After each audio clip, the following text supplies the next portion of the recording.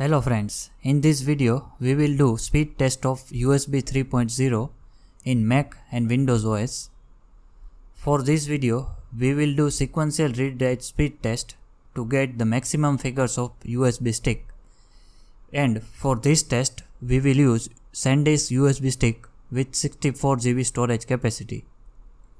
Let's do speed test with Mac OS.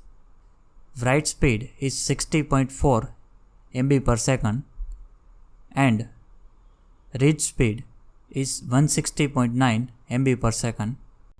Now it's time for Windows OS. Read speed is 164.86 MB per second and write speed is 58.19 MB per second.